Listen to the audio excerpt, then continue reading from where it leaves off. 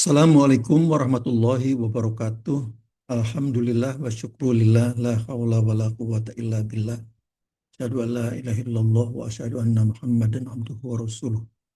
Selamat datang di studio kami Islamic Science Research Institute, pemilik dan pengelola data Rembang atau Twilight yang paling komprehensif di dunia. Tidak ada institusi lain di dunia yang memiliki data Twilight selengkap kami. Data kami telah meliputi 5 benua ya, coveragenya itu sudah 5 benua, sejak dari New Zealand di belahan bumi bagian selatan yang berpenghuni tentu saja, karena kalau yang tidak berpenghuni, wilayah Antartika itu kan tidak berpenghuni. Sampai ke wilayah Arktik itu di dekat Kutub Utara. Di belahan utara, dekat Kutub Utara ini, data kami telah meliputi 5 teritori politik, yaitu 4 di Eropa dan satu di 4 di Eropa yaitu adalah Norwegia, Finlandia, Islandia, Greenland, ya sudah 4. Kemudian satu lagi berada di benua Amerika, satu-satunya di Amerika yaitu Alaska. Ini adalah video ke-190 yang merupakan laporan tahunan kami dalam setiap tahun yang kami lakukan, dan judulnya adalah video ini Kelahiran Fajar Global 2015 sampai 2025. Nah, sebetulnya saya sudah berniat menghentikan perburuan data baru pada akhir 2024 lalu. Jadi saya sudah tidak mengambil data lagi. Saya pikir udahlah cukup lah gitu. Karena sebetulnya hasilnya sudah stabilizing ya, secara statistik itu kalau sudah stabilizing ya sudah, itu kira-kira tidak perlu lagi. Tapi eh, tentu saja untuk peneliti itu selalu ada yang ada selalu muncul curiosity gitu ya. Nah, dari sampai 2024 lalu hasil rata kelahiran fajar dunia telah stabil sehingga dapat disimpulkan sudut kedalaman matahari sadat fajar dunia ya, fajar dunia ya. Jadi tidak ada itu pengelompokan per region, per wilayah geografis, itu tidak ada.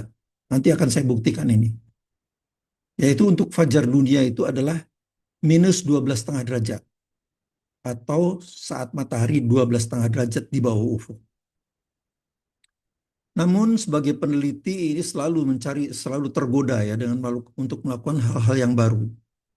Pada sekitar akhir 2000, Agustus 2025 gitu ya. Jadi vakum, saya sudah tidak mengambil data lagi sejak awal Januari 2025 sampai Agustus 2025.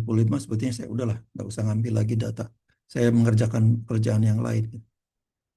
Tapi pada akhir 2020, 2 Agustus 2025, saya mulai tergoda lagi ketika mendapati webcams yang beroperasi di spot-spot yang sangat menarik. Nah, ini akhirnya tergoda lagi. Di Indonesia ada di daerah wisata Gunung Merapi, Yogyakarta. Uh, belum belum pernah selama ini ada ketemu yang bagus gitu ya. Ternyata di Yogyakarta ada, di Gunung Merapi. Kemudian ada juga Gunung Bromo dan Semeru di Jawa Timur. Nah, di luar negerinya, jadi saya pikir, wah ini bagus juga ini wilayah-wilayah gunung seperti ini. Jadi saya mencari juga, di antaranya ada juga di wilayah Gunung Etna di Sisilia, Italia. Ini juga bagus. Nah, selain itu ada juga webcam yang sangat bagus di Port of Singapore. Jadi di pelabuhan Singapura itu sangat bagus juga. Kemudian di Pulau Redang, Terengganu, Malaysia. Jadi melihat yang seperti itu sayang kalau tidak tidak diambil gitu. Nah, sayangnya di Indonesia itu sering on off. Yang di Bali, di Gunung Bromo, di Gunung Merapi, Gunung Semeru itu nggak tahu kenapa. Jadi memang seharusnya memang ada organisasi Muslim yang punya komitmen eh, tinggi masang webcams gitu ya. Nah itu bagus sekali untuk penelitian-penelitian yang lain kan. Misalnya ada orang yang ingin meneliti tentang eh, perubahan cuaca atau dan sebagainya itu. Kemudian cuaca Pulau Redang di Terengganu itu juga sering sekali buruk, ya, sering sering buruk. Ada awan, kemudian hujan, kabut gitu ya.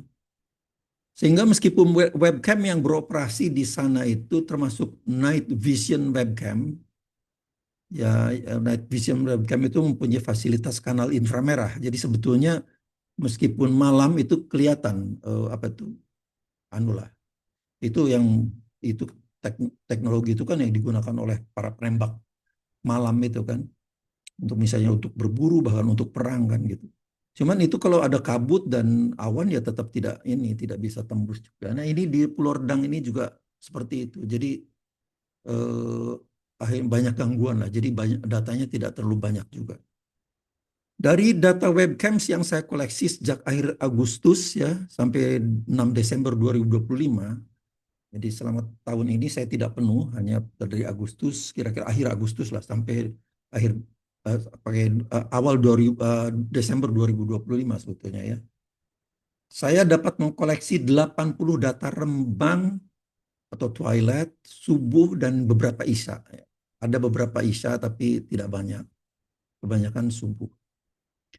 Selain yang saya sebutkan di atas, ada juga beberapa data yang saya ambil di beberapa negara lain, di antaranya ada di Kanada, ada di Mesir, ada Greenland, Guatemala, Sri Lanka, dan Vietnam. Jadi pada 2025 ini saya telah mengumpulkan data twilight dari 11 teritori politik ya. Jadi 2025 ini aja. Itu 11 teritori politik. Nah, kalau hasil perhitungan kelahiran fajar 80 negara ini saya pisahkan sebagai suatu populasi sendiri, jadi terpisah dari yang 2015 sampai 2024 ya. Jadi ini 2025 aja. Ternyata harga ratanya adalah minus 12,7 derajat. Minus 12,7 derajat dengan standar deviasinya 2,1 derajat. Jadi ini sangat dekat sekali dengan rata dunia dari sekitar 2100 data twilight yang saya koleksi sebelumnya antara 2015 sampai 2024. Yang ratanya itu 12,4 derajat dengan standar deviasi 2,6. Jadi itu kalau populasinya, jadi mengambil datanya jangan cuma satu gitu. Kalau cuma satu ya udah nggak bisa itu. Ini kita berbicara tentang anu ya, memodel sebuah apa, mengumpulkan sebuah stokastik observation gitu ya, observasi yang sifatnya stokastik. Jadi tidak bisa kalau cuma beberapa biji. Ya, jadi dari 80 itu rata-ratanya 12,7 derajat. Dekat sekali dengan 12,4 derajat. Ini menjadi bukti selanjutnya bahwa jika kita punya populasi statistik yang cukup representatif ya artinya, ternyata semuanya akan bermuara pada populasi besarnya yang 2200, 2100 data Twilight tadi itu. Jadi itu apa tuh? Kalau kita lakukan tes statistik, memang saya belum saya lakukan tes statistik, tapi uh, itu saya sudah lakukan pada dia ada di buku saya itu. Nah, jadi kalau kita lakukan tes statistik, pasti populasi yang 2025 ini adalah sama dengan populasi yang 2015 sampai 2024 itu. Nah, baiklah, saya akan mulai penjelasan tahunan ini uh, untuk selanjutnya. Baiklah, judul video saya kali ini adalah Kelahiran Fajar Global 2015 sampai 2025. Seperti biasa, saya Tono Saksono dari Islamic Science Institute. Nah, seperti biasa saya awali untuk mengingatkan bahwa apa yang terjadi, jadi bumi itu berputar seperti ini, berputar seperti ini. Karena perputaran seperti ini, maka ada pergerakan semu matahari yang seolah-olah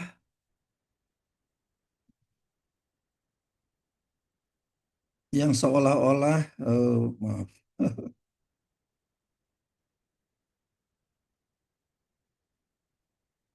mengelilingi bumi. Jadi matahari ini seolah-olah mengelilingi bumi gitu.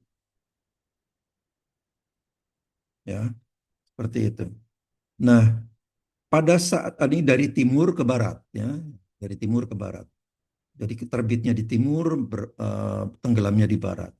Nah, pada saat dia masih 18 derajat di bawah ufuk, nah, itu ada seorang pastor Katolik Italia yang kemudian membagi itu.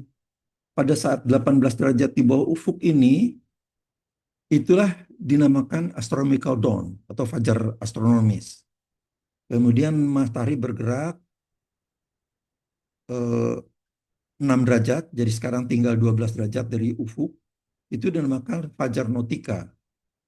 Kemudian bergerak 6 derajat, tinggal 6 derajat dari sini dari ufuk, itulah fajar sipil. Kemudian matahari terbit. Kemudian matahari bergerak ke sana terus di ufuk barat tenggelam, kemudian turun 6 derajat itulah senja sipil. Turun lagi 6 derajat senja nautika dan turun lagi 6 derajat senja astronomis. Nah, umat Islam kemudian menganggap bahwa fajar astronomis inilah kelahiran Fajar Sodik, kelahiran Fajar Sodik. Sementara itu di fajar senja astronomis itulah saat menghilangnya syafaq sebagai penanda waktu eh, waktu sholat isya. Ya.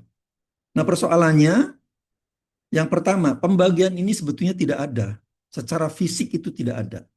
Jadi ini tadinya dibuat untuk keperluan administratif, misalnya oleh oleh kalangan militer dianggap bahwa kalau 18 derajat di bawah ufuk itu dianggap dulu ya militer apa tuh konvensional tentu saja dianggap sudah terang tanah sehingga apa artinya kita bisa melihat target-target musuh sehingga bisa menyerang itu ya.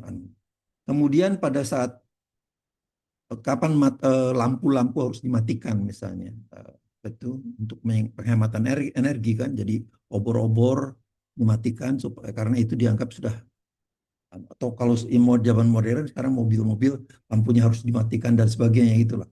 Jadi itu untuk keperluan-keperluan administratif dan manajemen kota. Nah, persoalannya kemudian umat Islam kemudian menggunakan fajar astronomis itu sebagai awal waktu subuh, awal kelahiran fajar dan uh, senja astronomis itu sebagai awal berakhirnya waktu maghrib dan mulainya waktu isya. Ini yang kekeliruan besarnya di situ. Karena fajar astronomis itu sebetulnya tidak ada, hoax itu. Akibat jadi kita ini salah menafsirkan tesis astronom barat. Nanti akan saya tunjukkan itu bahwa itu tidak ada. Membagi fajar menjadi tiga, astronomis, nautika, dan sipil, itu adalah keliru. Jadi seluruh dunia muslim telah salah menafsirkan ini. Ini problemnya. Nanti akan ada bukti-buktinya. Fajar sodik itu bukan fajar astronomis. Pembagian fajar ini sebetulnya tidak ada. Jadi tidak ada itu pembagian fajar astronomis, nautika, dan sipil. Secara fisik itu tidak ada. Nah, kemudian malah Rasul sendiri kan sebetulnya hanya bersabda fajar itu aja dua saja, dua fajar kadzib, fajar bohong dan fajar sodik. Oke. Sayangnya umumnya ahli, ahli falak muslim juga hanya pakai ilmu kira-kira. Itu persoalannya. Di Grambyang aja gitu. Akan saya tunjukkan lagi cara Grambiangannya nih sekarang. Kekeliruan eh, kekeliruan berikut umat Islam ya. Ini kita lihat kekeliruan berikutnya. Tadi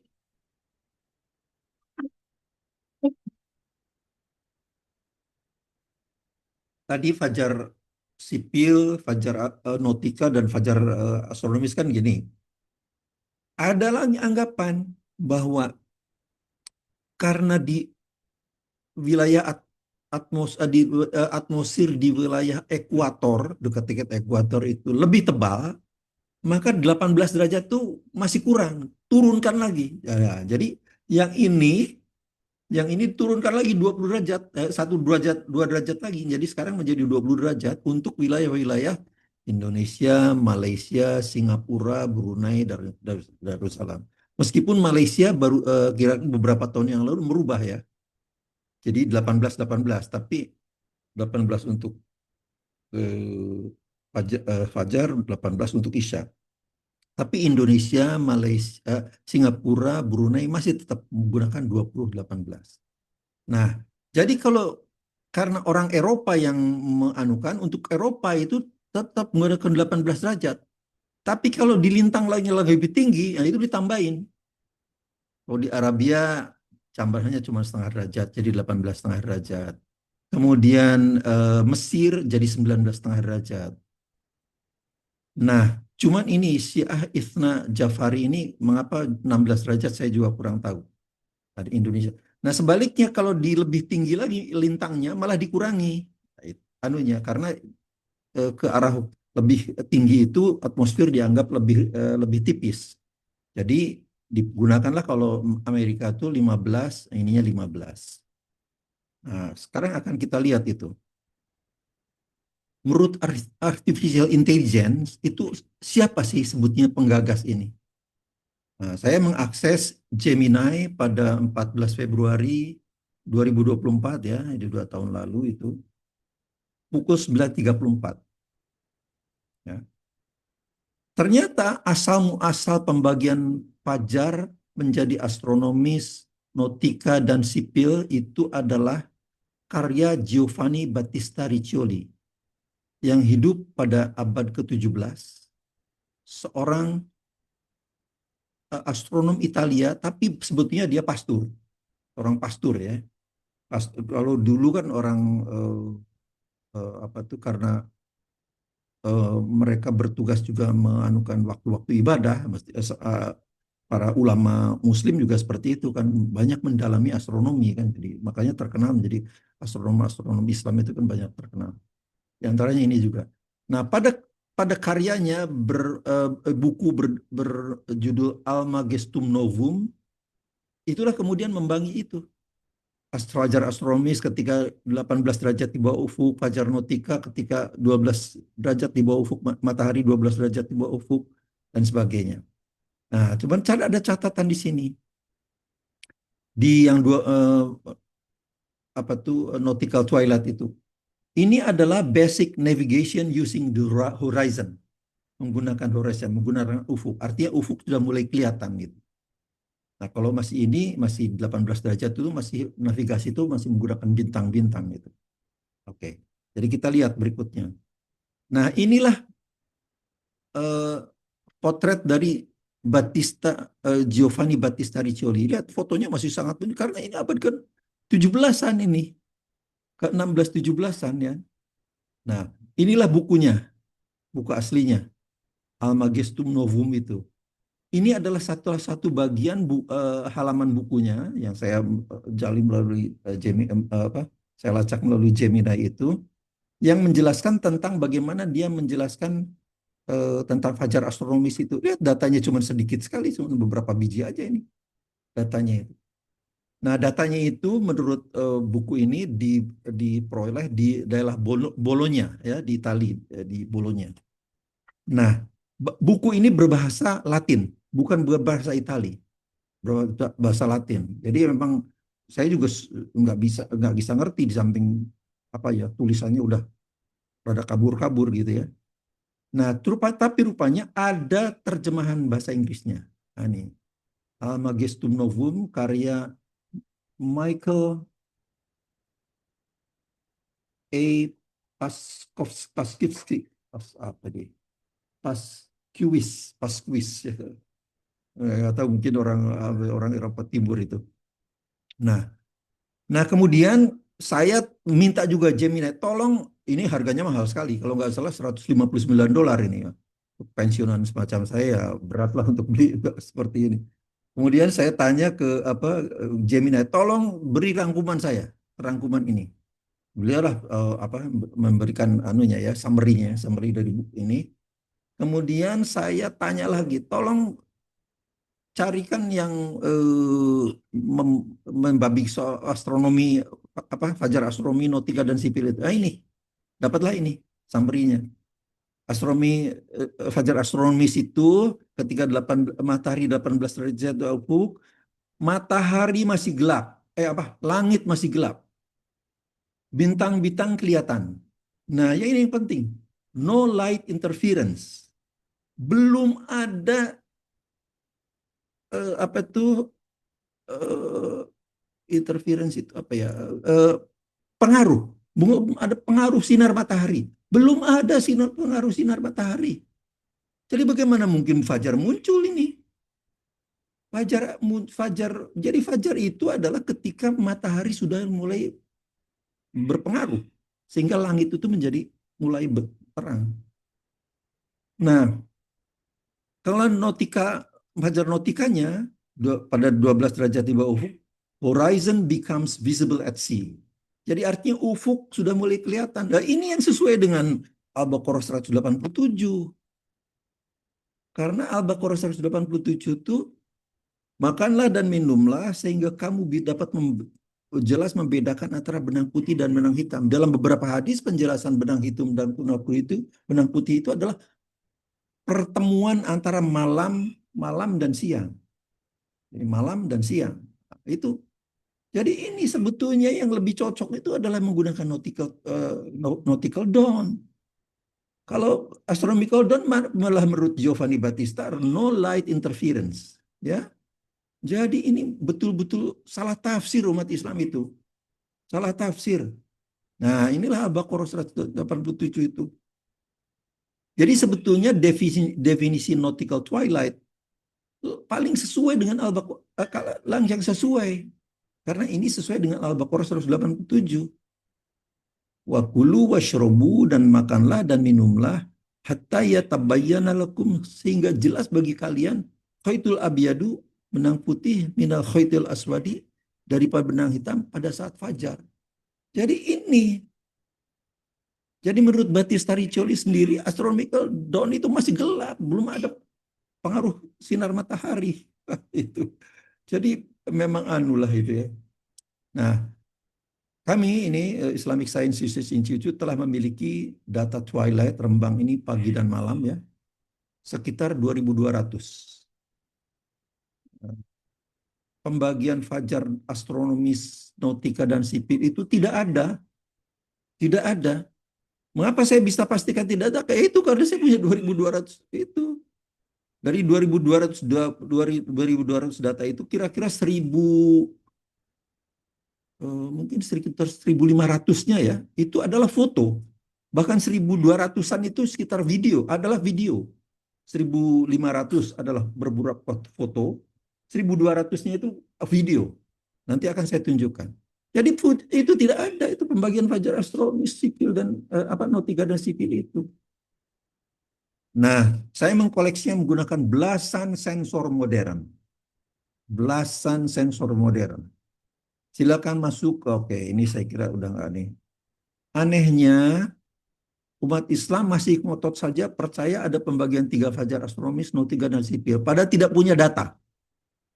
Cuman percaya sama pastor Italia itu yang tidak punya data juga. Datanya cuma beberapa biji di bolonya tadi itu kan. Nah, oke, ini saya kira nggak usah. Jadi fajar astronomis adalah salah satu hoax terbesar. Salah satu hoax terbesar dengan korban umat Islam di seluruh dunia. Ya, karena kita cuman aja nggak mau berpikir gitu loh. Nah, makanya saya ajak kita semua untuk berpikir. Sekarang sensor modern yang saya gunakan. Saya menggunakan belasan sensor. Jadi kalau saya SQM itu non imaging sensor. Jadi datanya itu cuma angka-angka aja, berderet angka gitu udah. Kalau yang tidak apa ya, tidak terbiasa dengan data numeris itu ya bisa mabok itu lihat angka-angka seperti itu. Jadi Tapi ini tidak ada gambarnya karena non imaging sensor. Jadi kalau ada fajar nggak bakal kelihatan karena cuma angka-angka doang. Jadi saya anggap ini sudah tidak anu lagi, tidak ada gunanya lagi, tidak usah. Karena banyak sensor-sensor yang lain yang jauh lebih baik. Misalnya kamera ini DSLR. Ini saya menggunakan 3 4 macam ini. Dari sejak yang 16 megapiksel sampai 64 megapiksel kita gunakan ini.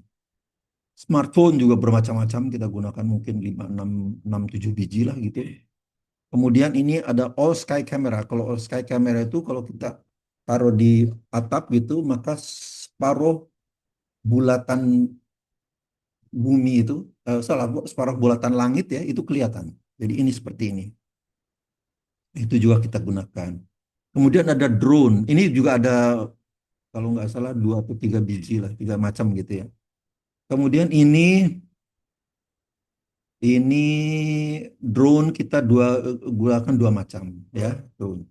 Cuman kelemahan dari ini di yang sebelah kiri garis putih garis kuning putus-putus ini itu kita harus datang ke site. Kalau kita mau ngambil data Amerika ya datang ke Amerika dan bawa alat ini untuk merekam di Amerika. Kemudian kalau mau ke Norwegia katakanlah itu ya kita harus jadi mahal sekali kan, mahal sekali. Nanti akan saya tunjukkan saya juga pernah melakukan itu. Nah, kemudian yang mulai 2021 sekitar bulan-bulan Aprilan gitu ya, April atau Mei gitu, saya mendapat akses pada webcam ini.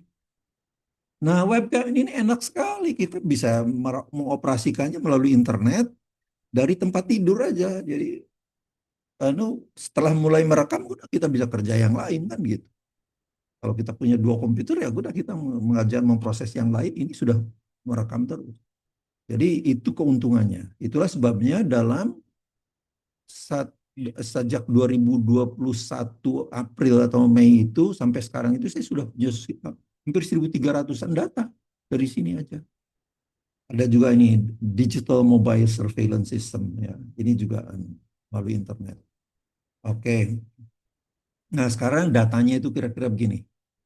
Sky Quality Meter ini non imaging ya. Saya gunakan pada tahun ini ada 377.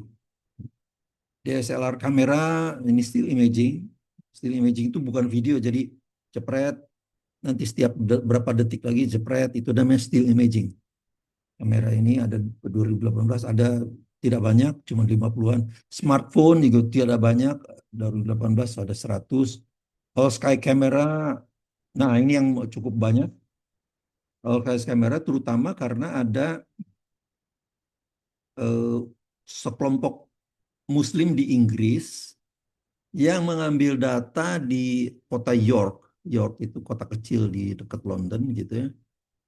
Selama 2017 2017 sampai 2018 sebetulnya ada 500-an lebih 520-an kalau nggak salah gitu ya data. Kemudian dia kirim email ke saya, kami nggak bisa memprosesnya, tolong diproseskan ini. Nah, kemudian saya proseskan. Jadi saya beruntung sekali karena begitu ini saya terus jadi permanen global lah kira-kira gitu ya. Ternyata data yang bisa diproses hanya 442. Drone juga kita gunakan pada 2020 sampai 2021 itu ketika saya masih di UHAMKA itu ada 70 bijian kira-kira lah gitu. Nah ini webcam ini. Nah, webcam ini bedanya adalah video imaging. Kalau still imaging itu cepret 5 detik lagi cepret 5 detik lagi cepret atau 10 detik lagi cepret gitu itu namanya still imaging. Kalau video itu 1 detik itu ada 30 frames minimal 30 frames.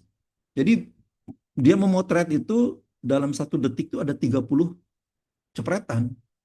Itulah video. Maka dari itu kalau kita putar seolah-olah dia bergerak halus, tapi sebetulnya itu kan anak rangkai. Nah ini sudah ada hampir 1.200 hampir 1.300 lah ya. Itu bisa kecepatannya bisa anu sekali karena saya sudah tidak harus pergi kemana-mana. Oke. Nah pada tahun 2025 ini sejak ini Agustus sampai dengan 6 Desember ini saya punya 80 data. 80 data. Ini ada yang maaf saya taruh di sini. Ada yang 17, ada satu biji. Pertama, saya tidak kemudian, wah kok 17, padahal saya kan kecenderungannya 12. Kemudian ini dimanipulasi supaya jadi kelihatan mendekati 12. Ya nggak boleh. Sebagai peneliti saya harus jujur, tidak boleh berbohong. Jadi kalau ada ya ada, nggak apa-apa kan gitu. Jadi jangan, itu ya tidak boleh manipulasi, itu haram manipulasi. Tapi ingat juga ada yang cuman kurang dari 8 ini. Kurang dari 8 derajat kan, ada 7,96 gitu ya. Ya, atau 7,8, 7,6. Nah, biarlah kriteria akademik yang menghilangkan ini. Atau pengaruhnya itu menjadi kecil, itu biar kriteria-kriteria akademis, statistik. Nah, ini kalau seluruh 80 data ini di rata-rata, ternyata berapa nih? Mu-nya itu ratanya adalah minus 12,7 derajat. Sedangkan standar deviasinya 2,1 derajat. Tolong lihat ini. Ini ternyata kalau saya gabungkan semuanya, ini dimasukkan ke dengan yang 2015 sampai 2024 ya. Ini kan cuma 2025 doang nih.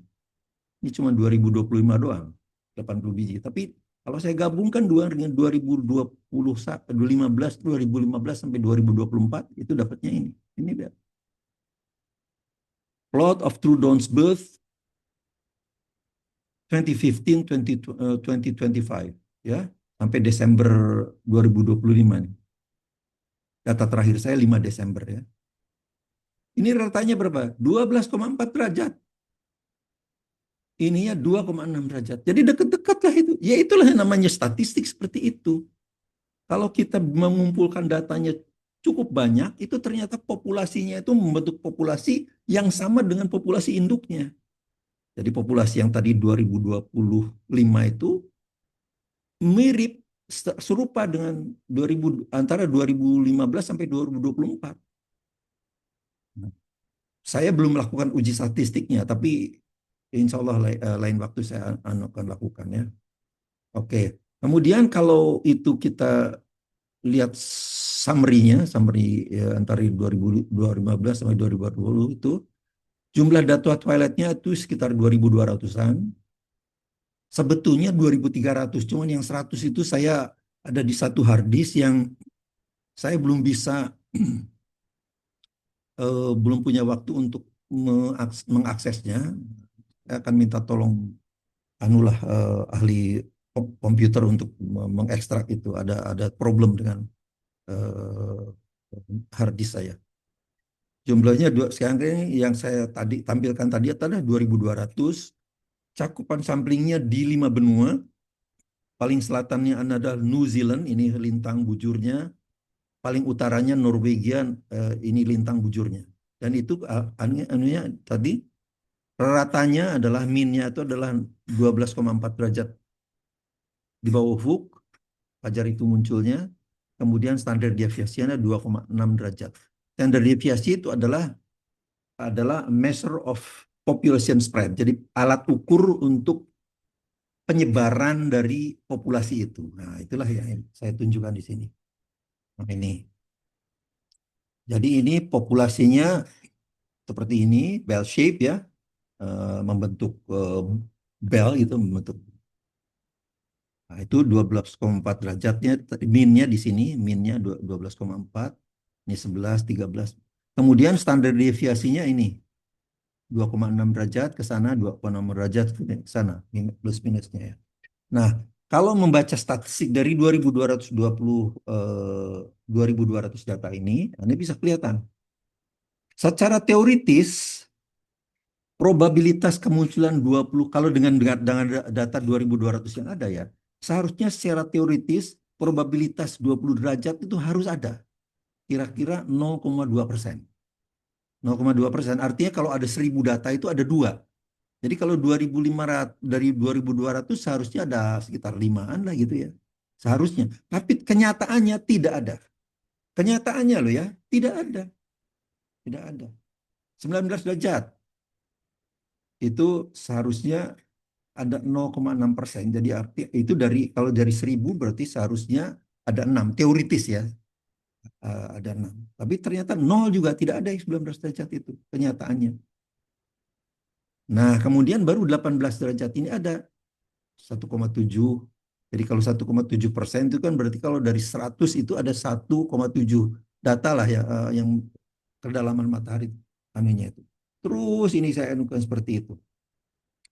Nah, jadi kalau misalnya kita akan mempraktekkan sholat subuh dengan 18 derajat, misalnya ini ya, 18 derajat, artinya kemungkinan kita benarnya itu dalam 100 hari itu kira-kira cuma 1,7 hari. Itu persoalannya. Kalau 20 derajat itu secara teoritis dari 1.000 hari, dari sepertiga tahun itu mungkin cuman maaf, 1.000 hari ya. 1.000 hari itu berarti 3 tahun. 3 tahun itu hanya 2 hari saja yang betul. Kan gitu persoalannya. Ya ini fakta empiris ini, data yang saya peroleh. Jadi jangan di apa tuh? Nah, persoalannya ada satu kaidah statistik juga yang kalau dia dalam satu populasi itu yang terlalu tinggi atau yang terlalu rendah itu adalah satu penyimpangan, outlier. Kalau bahasa kasarnya itu blunder lah kira-kira. Itu dianggap blunder. Jadi yang terlalu besar dan terlalu kecil ada rumusnya tentu saja ya. Itu biasanya dibuang. Jadi apalagi seperti itu, Kak. Tapi kan harus diingat bahwa gini. eh, Nah, misalnya ini di dalam kehidupan sehari-hari juga seperti itu. Ada orang yang tingginya Robert Wadlow, orang Amerika, ini karena hypertrophy, tingginya 267 cm. Ya memang mungkin satu dalam 1 juta orang-orang orang atau mungkin juga lebih lah orang yang ketinggiannya di atas 2,5 meter itu, dia 2,5, iya 2,5 meter itu bang. Tapi kemudian apa, mohon maaf ya, mungkin tulang-tulangnya itu udah bengkok-bengkok, jalannya juga sudah eh, kan. Itu karena yang seperti itu juga terjadi dalam kehidupan sehari-hari. Misalnya ini saya ambil dari Wikipedia ya. Chandra B. Denggi, Nepal. Juga karena hypertrophy. Meskipun umurnya bisa sampai 75 tahun, tapi beliau ya, anu lah, mohon maaf ya, itu ada satu kelainan dalam rumpun himpunan umat manusia gitu.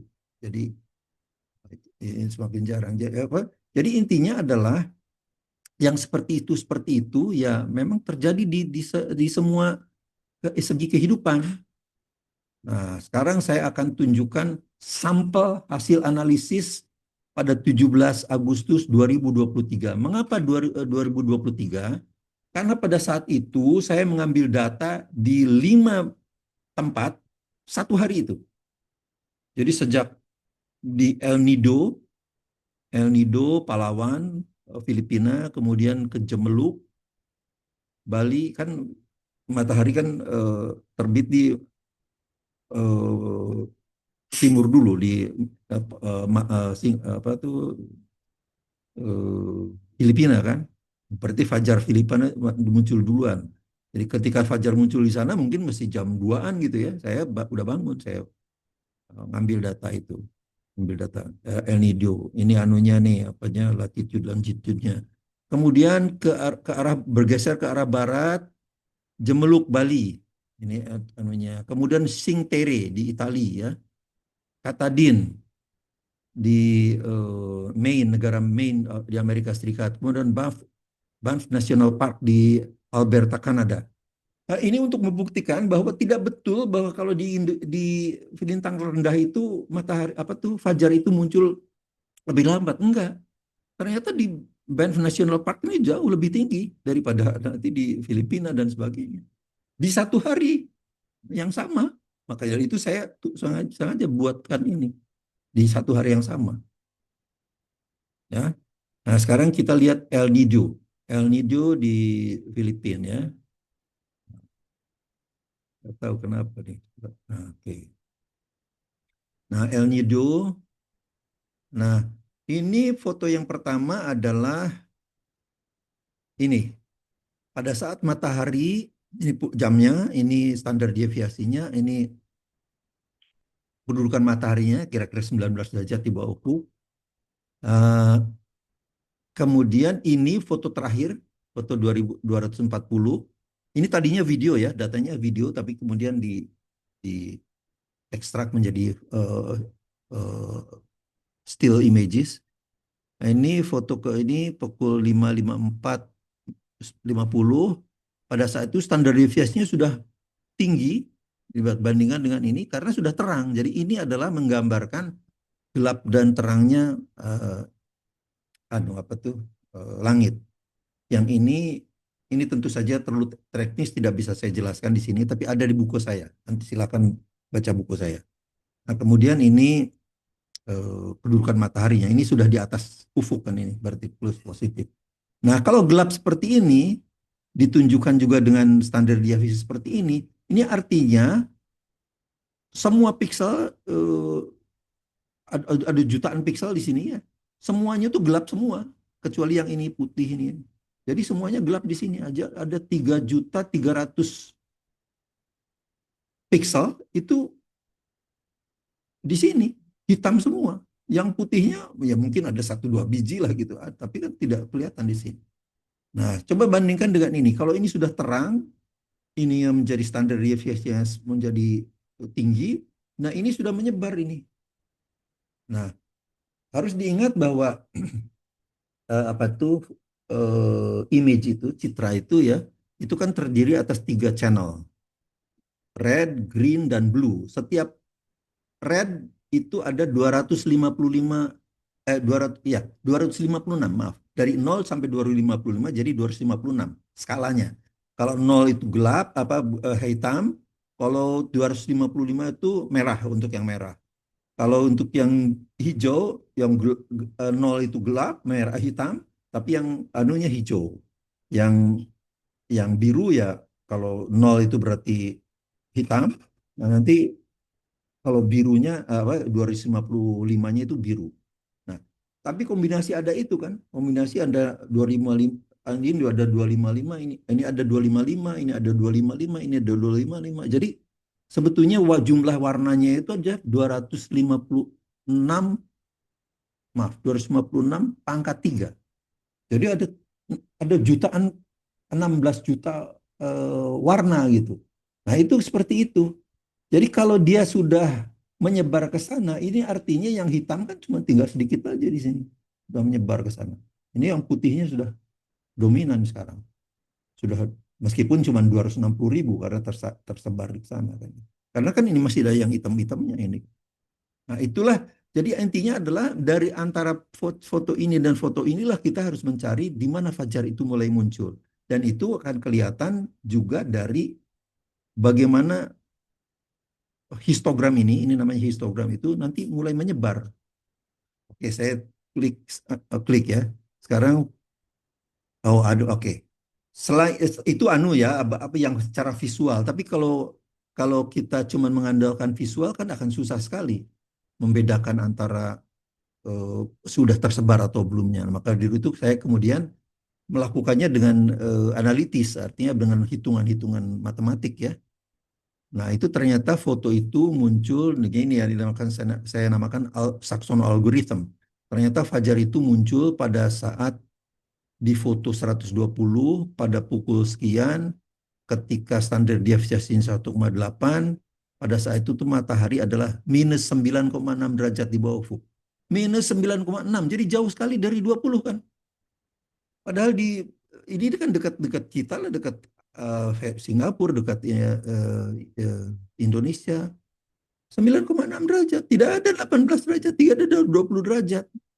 Ya, ini fajarnya munculnya di sini karena ini malam, gelap, yang ini siang. Jadi itu. Sekarang kita lihat anunya verifikasi, kita verifikasi. Ini adalah foto pertama, masih gelap, lihat ya, masih gelap. Foto ke-25, foto ke-55.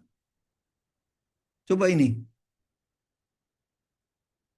17,1 derajat masih gelap. Ini juga ini adalah anunya. Jadi karena tadi saya jelaskan bahwa apa itu setiap pixel itu kan ada 3 channel. Nah, setiap pixel itu punya intensitas biru, komponennya merah, hijau dan biru. Nah, itulah kemudian jadi artinya 3 dimensi itu ada komponen intensitasnya kan. Jadi bukan cuma 2 dimensi. Inilah kemudian anunya peta dari peta intensitas pixel-pixel itu. Nah, ini lihat 17,1 derajat masih gelap. 14,7 masih gelap, 12,4 pun masih gelap. Nah, baru di sini, tapi ini kalau kita secara visual masih belum kelihatan. Nggak mungkin manusia bisa melihat ini. Ini juga belum kelihatan. Ini juga histogramnya lihat masih histogramnya jumlah piksel yang hitamnya masih 3.300.000. Coba. Jadi belum banyak beranjak. Jadi itulah sebabnya pentingnya penyelesaian ini secara analitis. Tidak bisa cuman visual itu nggak bisa. Oke, kita lanjutkan ya. 9,2. Nah, ini baru ini agak turun nih. Tadinya 3.300 sekarang cuma apa? Hampir 3.300.000 sekarang udah. Nah, semakin turun, makin turun 2,7 sekarang. Ini mulai nih, lihat sudah mulai tersebar ke sana. Jadi kalau misalnya secara visual ya kita baru fajar itu muncul 7 derajat di bawah ufuk gitu secara visual. Jadi hanya komputer yang bisa mendeteksi itu dengan sangat akurat, jauh lebih akurat dari mata manusia. Coba perhatikan ini anunya ya. Kalau kita klik terus 6,9. Nah, ini lihat udah mulai nih terang cahaya ini juga sudah mulai naik seperti itu. Itu pada saat 6,1 derajat di bawah ufuk mataharinya. Nah, ini lihat 4,9 tuh. Nah, jadi itu. Ini histogramnya sudah menyebar ya. Oke, kemudian eh,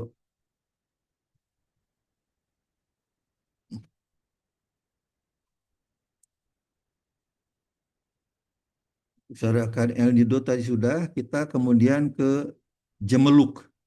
Jemeluk itu di Bali, Jemeluk di Bali ya. Kita klik di sini. Nah, ini Jemeluk Bali seperti tadi juga. Saya tidak usah ulangi penjelasannya. Ini foto 30 ketika masih gelap gulita. Saya agak terlambat memang karena kan saya mendahulukan apa? Saya masih terikat dengan El Nido, Filipina. Begitu selesai El Nido pindah ke Jembeluk sudah cuman baru apa matahari sudah 14,7 derajat. Tapi ini kan untungnya masih gelap juga. Artinya fajar belum muncul ini. Lihat ini. Histogramnya 3,6 juta masih gelap baru hitam semua. Nah, ini adalah foto ke 145 setelah histogramnya begini. Kita lihat klik. Oh, ini seperti tadi ternyata matahari adalah 12,3 derajat di bawah ufuk. Fajar munculnya adalah matahari ketika matahari 12,3 di bawah ufuk, 12,3 derajat di bawah ufuk. Kita lihat verifikasinya. eh, saya taruh di sini aja. Ya, ini lihat nih masih gelap gulita, ininya masih 3,6 juta piksel di sini jumlah yang gelapnya itu. Kemudian sekarang 35, 40. Nah, ini fajar muncul ini. Tapi kalau mata manusia tetap belum bisa melihat ini. Komputer bisa menentukan ini karena memang eh, dia menggunakan hitungan-hitungan analitis lah dengan matematik kan gitu. Nah, ini sebetulnya sudah mulai menyebar, tapi kan kita akan sukar sekali kalau kalau cuma mengandalkan ini. Ini sekarang menyebar. Ini sudah mulai bercak-bercak. Nah, seperti ini. Nah, ini sudah mulai fajar kelihatan. Jadi kalau mata manusia itu paling-paling baru bisa melihatnya sekitar 10 derajatan lah kalau lihat ini. Oke.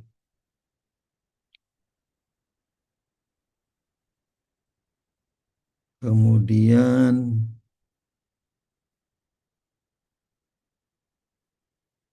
Cemeluk kita berbanding ke Singtere di Itali. Singtere di Itali ini seperti ini ternyata ini memang ada sudah agak ini ya karena memang di Itali pada Agustus itu mungkin anu anu lah apa tuh tidak terlalu gelap ya. Jadi makanya ini ada nih adanya di sini di pixel puncaknya ini adalah pixel sekitar 32 atau 35-an kan. Ini juga seperti itu. Ternyata Fajar itu 11,1 derajat di bawah ufuk. Ya. Jadi tadi yang eh, Filipina 9,8 ini 11,1 jadi lebih tinggi ini. Jadi tidak betul kalau di atmosfer lebih tebal kemudian kita lebih apa itu lebih awal enggak. Ini ternyata lebih awal di Itali daripada di Filipina itu. Ini juga begitu. Nah ini kelahiran fajar masih gelap ini, masih gelap ya.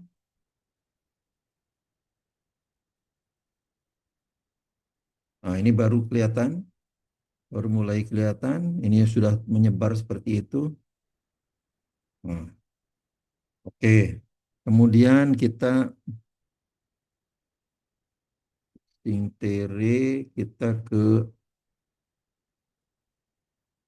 Katahdin di Amerika Serikat. Ini juga begitu. Ini lihat bintang-bintang kelihatan karena ini 4K kamera ya, apa webcam ya, 4K webcam kamera. Jadi ini bintang-bintang kelihatan, bintang-bintang kelihatan. Nah, itu juga seperti itu. Ini lihat nih, kegelapannya mana masih masih 2,2 juta piksel masih di daerah gelap. Kemudian kita tadi seperti tadi ternyata punculan fajar adalah saat matahari 12,8 derajat di bawah ufuk. Oke, kita lihat 12,8 masih gelap. Mata manusia masih gelap, belum bisa melihat ini. Jadi, nah ini kau lihat nih. Tuh. Oke,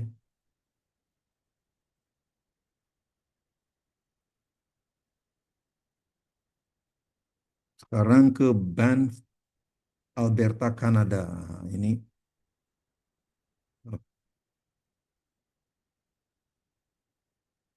nah ini lihat jutaan bintang kelihatan ini. Jutaan bintang ini kelihatan. Jadi 4K webcam itu tidak betul bahwa bintang nggak kelihatan.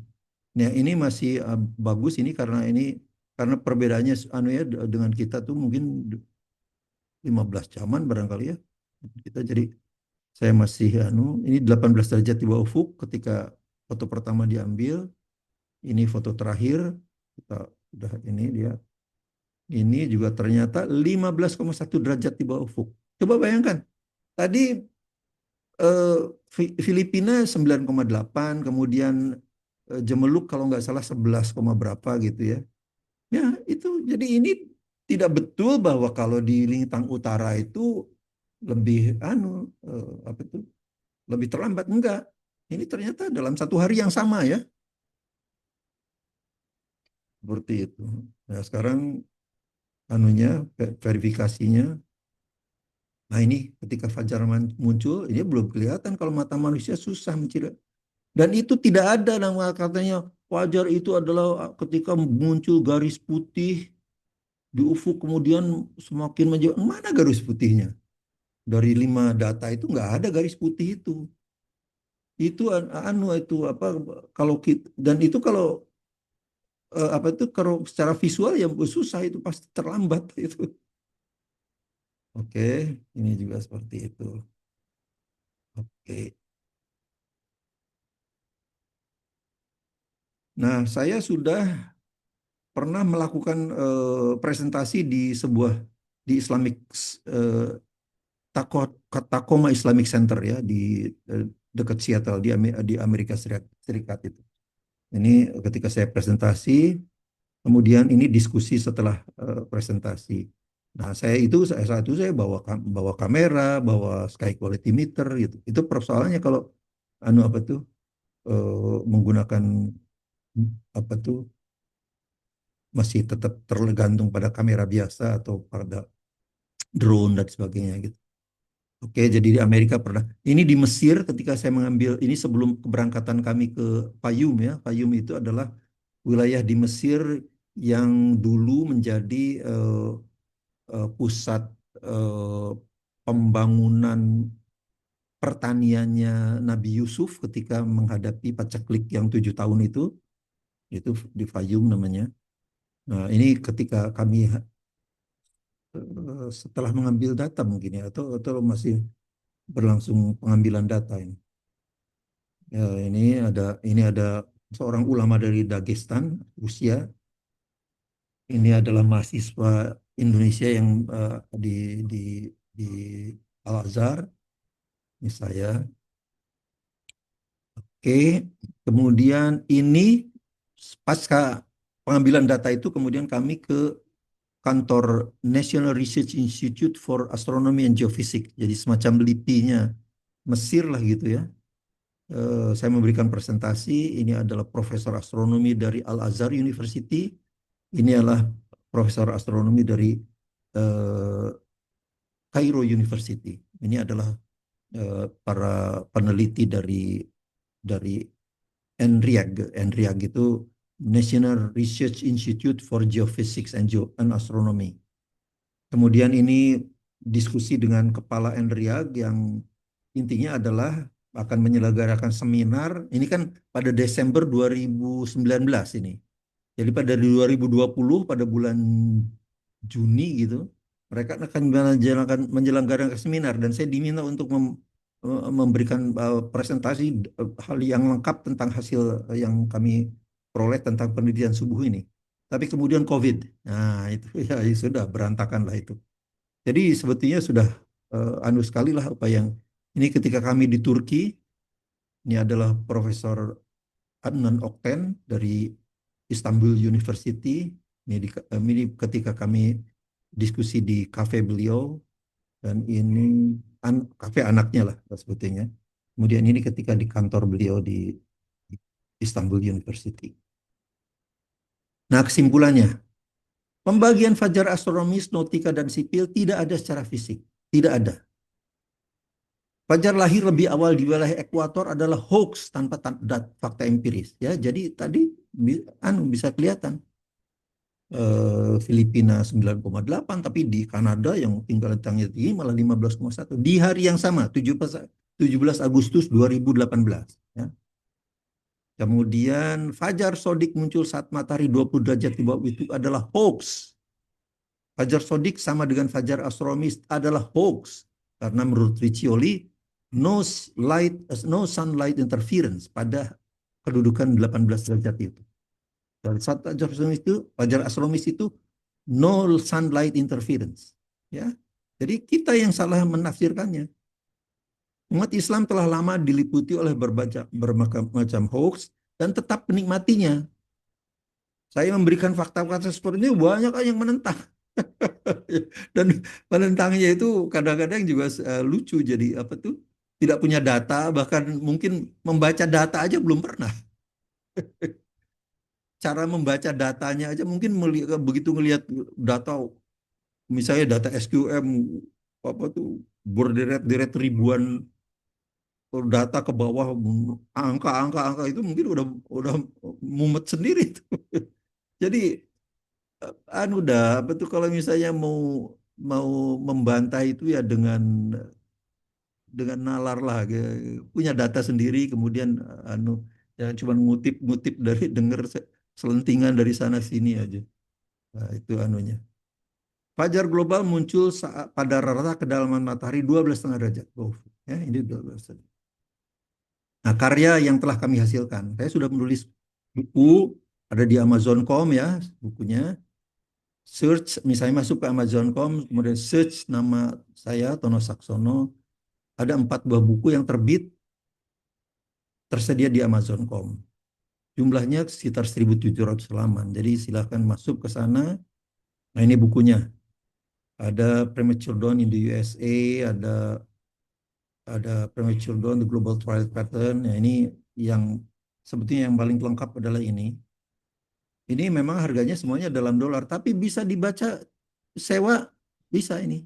Jadi kalau misalnya saya klik sini ya, nah ini kalau paperback sebenarnya, tapi read for free. Nah itu lihat, read for free, baca kok gratis kok. Kalau baca doang ya, tapi ya mungkin diberi waktu berapa hari gitu. Saya juga nggak tahu ya, belum pernah ini. Itu semuanya Amazon lah yang manage itu. Jadi saya juga tidak terlibat dengan ini. Ada Australia, ada Eropa dan sebagainya. Jadi itu. Nah, oke. Saat data Twilight hanya sekitar 1.000 data. Jadi dari 4 buku itu ketika data saya punya cuma hanya 1.000-an data. Kira-kira ya. Sekarang ini sudah 2.200. Saya mau menulis buku lagi, cuma cari sponsor. Ya, maklum anu lah, apa tuh nggak punya duit lebih gitu ya. Jadi ya cari sponsor, nggak apa-apa. Saat ini kami telah memiliki sekitar 2.200 data Twilight, 2.300 sebetulnya. Insya Allah bermanfaat untuk pembangunan peradaban. Bukan hanya untuk umat Islam, tapi untuk perkembangan sains dan teknologi. Ya, tadi Saxon algoritma itu canggih loh itu. Apa tuh? Nah, sekarang panduan praktis kelahiran Fajar. Ya, karena ini saya sudah presentasikan ini di beberapa masjid ya, beberapa masjid. Kemudian mereka tanya, bagaimana sih caranya? Kalau begitu, bagaimana cara kalau ada kita punya tabelnya nggak? Wah, saya nggak punya. Saya bilang, makanya saya gunakan aplikasi Asan ya. Kemudian di menu paling bawah klik prayer times. Nanti saya ada gambarnya. Kemudian scroll ke bawah, klik calculation method. Oke. Kemudian ganti custom angles-nya dengan angka 12,5 derajat baik untuk fajar dan isya. Ya. Nah, ini. Jadi kalau kita buka Asan ini landing page-nya begini. Nah, ini anunya akan real time ini. Jadi kecamatan Rawalumbu 23 Raja 1447. Nah, ini di bawah ini ada prayer times ini. Klik ini, maka dia akan ke sini. Nah, ke sini tapi scroll down ke bawah. Nah, di bawah ini ada calculation method. Nah, ini berubah nih. Kalau ini Syafi'i, Maliki, Hambali yaitu yang anulah yang sesuai dengan yang ada sekarang itu yang tadi ada 18 derajat, ada 20 derajat, ada gitu-gitulah. Tapi nyatanya kan tidak ada. Tidak betul itu. Jadi pergi ke calculation method cuma rubah ini 12,5 untuk fajar dan 12,5 untuk isya. Jadi itu ya jadi kalau pakai ini kalau kita pergi kemana-mana kita misalnya pergi ke Jepang gitu di sana kan ada GPS-nya jadi begitu sampai di sana pada waktu eh, maghrib atau waktu isya sudah ngasih kata jamnya sekian gitu. Oke, ada yang alternatif yang lebih kasar ya, tapi tentu saja ini terbatas. Lihat waktu sunrise atau sunset. Kemudian fajar lahir itu adalah waktu sunrise dikurangi 50 menit. Nah, begitu juga syafaq menghilang itu adalah waktu sunset ditambah 50 menit. Tapi ini hanya berlaku di wilayah Indonesia, Malaysia, Singapura, Brunei. Ya. Karena kalau di lintang tinggi, mengapa di sini? Karena di wilayah ini matahari bergerak semu selama sekitar 4 menit per derajat. Jadi kalau 12,5 derajat itu kan 50 menit. Cuman persoalannya 4 derajat itu kira-kira saja. Kadang-kadang cuma 3,9, kadang-kadang 4,1 gitu. Tergantung musim kan. Jadi itu. Nah, di lintang tinggi matahari bergerak lebih lambat. Bisa sampai 8 menit per derajatnya. Ada yang 10 menit per derajatnya. Jadi ini tadi yang seperti ini hanya kasar saja dan itu hanya berlaku di wilayah ekuator lah kira-kira. Demikian semoga bermanfaat. Assalamualaikum warahmatullahi wabarakatuh.